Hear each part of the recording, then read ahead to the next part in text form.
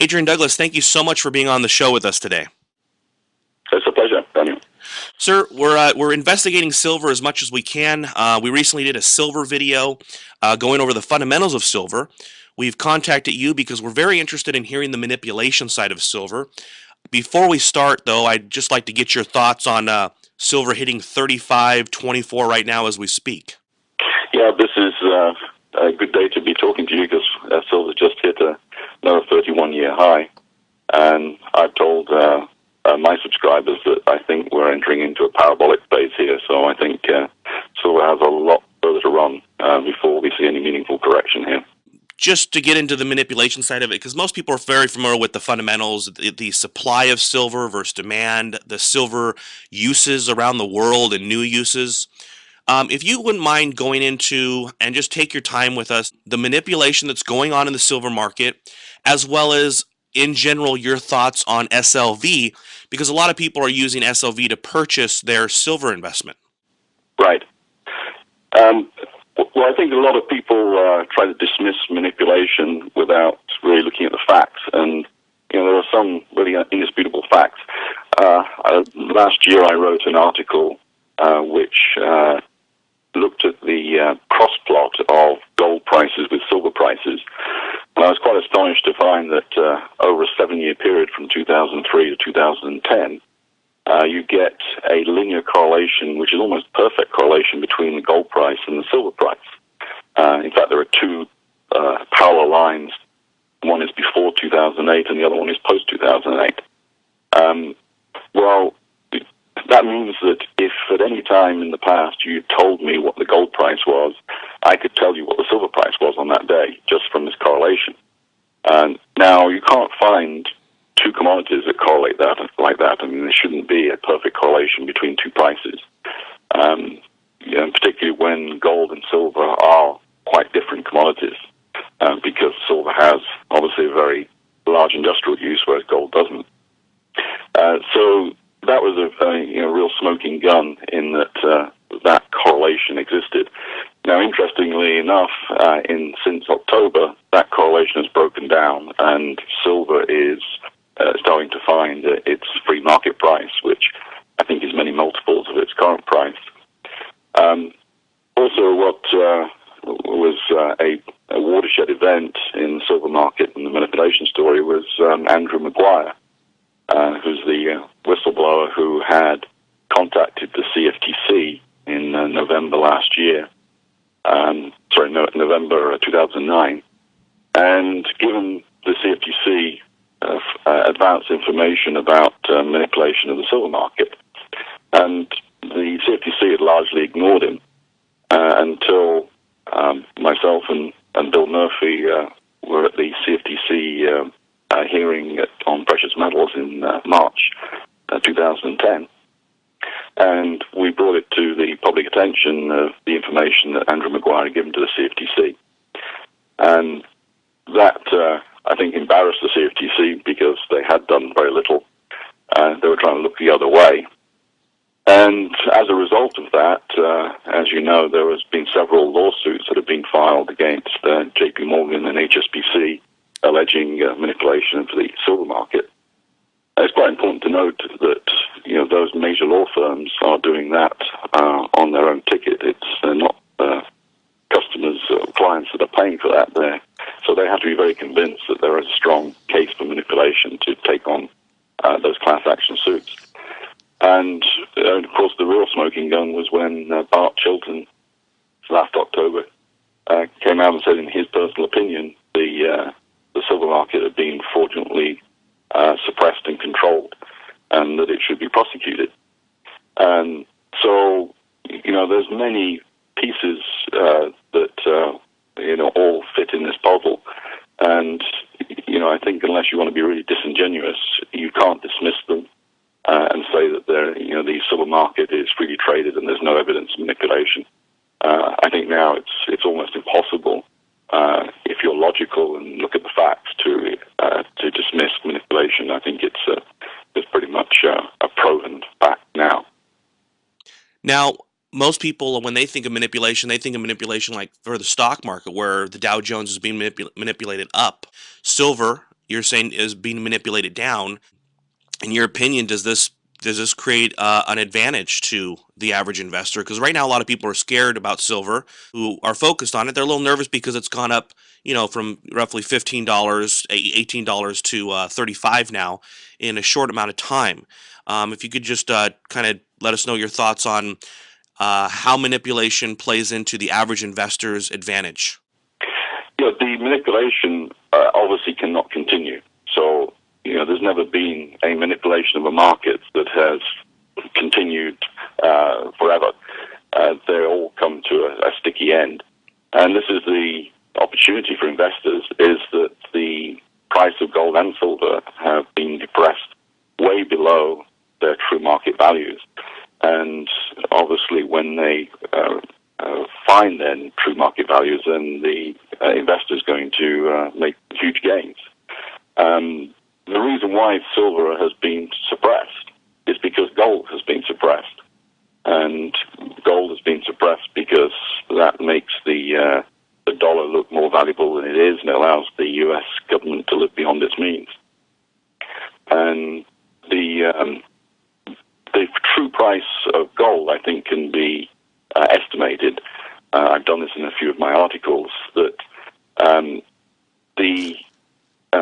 if you look on the Fed's balance sheet, they have a line item which essentially has all the Treasury's claimed gold of 261.5 million ounces of gold as a line item, which the footnote says is the collateral against which all Federal Reserve notes are issued. And so let's say they've issued approximately $15 trillion, and the collateral against which they're issued is 261.5 million ounces. That gives you a price of the dollar of $57,000 per ounce. That defines the dollar. Once you've got an asset that you issue notes against, that defines that note. If you have a house and you issue one note, that note is worth one house. If you issue 10 notes against your house, each note is worth a tenth of the house. So that defines the dollar. So you cannot now go into the open market and trade the dollar and find a different price for gold. So how come we get a price of $14.25 an ounce for gold when I've just said the dollar is defined at roughly $57,000 an ounce? Well, it's because we're not talking about gold. We're talking about an average of all the different types of supposed gold that exists out there. And only about 1/45 of it is real physical gold. The rest is unallocated gold and derivatives and paper gold, which doesn't exist. So I have estimated that the LBMA trades about sold 45 times as much gold as they actually have in the vaults. So that means that there's only 1 real ounce for every 45 ounces that are promised.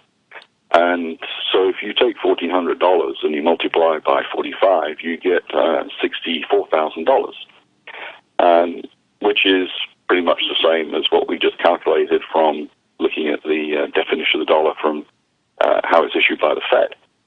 So that, I'm not saying that the gold price will go to that tomorrow, but that is an indication of what the true value of the dollar is, not gold. Gold defines the price of the dollar. Now, what about silver? Silver has been suppressed so that gold could be suppressed. What is the true market price of silver? I really don't have a clue. It's many multiples of what its current price is. And I have stated in previous interviews that I believe eventually one day silver will trade at a higher price than gold. Now you may think that's a crazy suggestion, but it's based on logic in that we've taken gold out of the ground and put it into vaults, and very little is lost. Pretty much all the gold that's ever been mined is still above ground somewhere. Silver we take out of the ground, and most of it is lost. We use it in cell phone batteries and electronics, and eventually ends up in landfills. There's a certain amount in photography that gets recycled, but most of it is lost. So even though silver has been more abundant in the Earth's crust than gold, if you keep taking silver out of the ground and getting rid of it, eventually you change the balance. And we're in that situation now where silver is more scarce than gold. So I think it has to solve the problem. You have to have a price of silver which makes it economic to recycle every ounce that we use, and we are a long way from that. So I think the price of silver has to be closer to the price of gold, whether it's higher or below it, but I think it has to be in that sort of order of magnitude and not the 40-to-1 ratio that we see today. On another point on that, Eric Sprott recently produced some excellent statistics showing that investors are investing almost the same amount of money into gold vehicles as silver vehicles, which he's seen from his silver fund and his gold fund. And it's also something that exists with GLD and SLV. You see a similar thing with the US Mint selling about the same dollar value of gold bullion coins as silver bullion coins. So essentially his conclusion is money is going into gold and silver at a ratio about 1-to-1. So how can the price remain at 40-to-1? It's just not possible.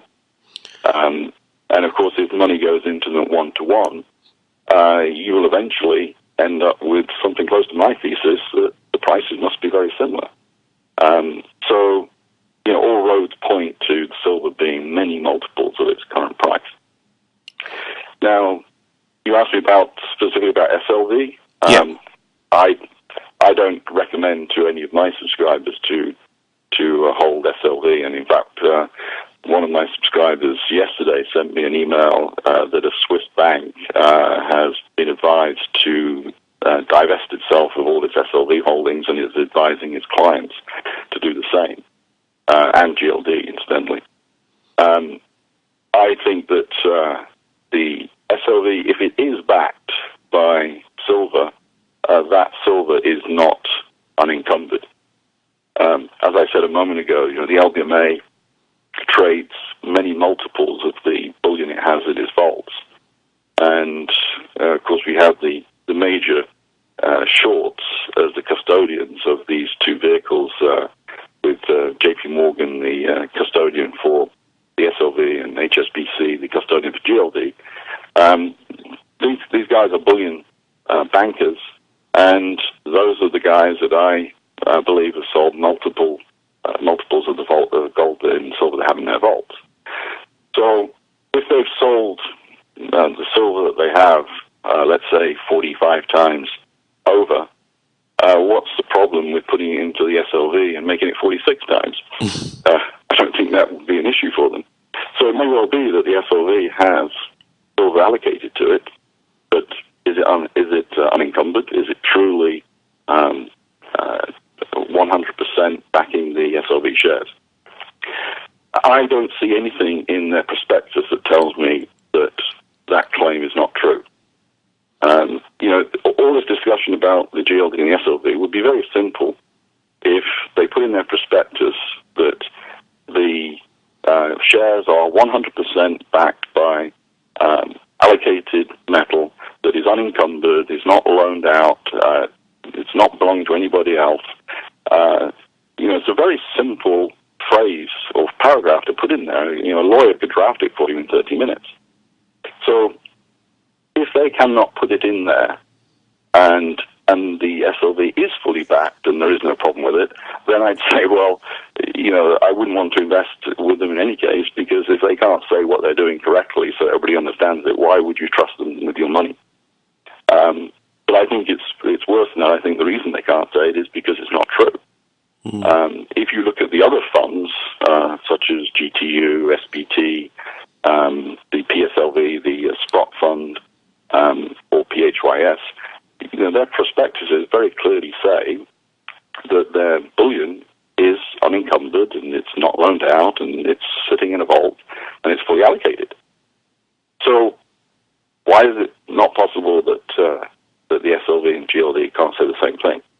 To me, there's only one conclusion you can draw, and that's because they cannot. So I recommend to my subscribers that they should not invest in SLV or GLD.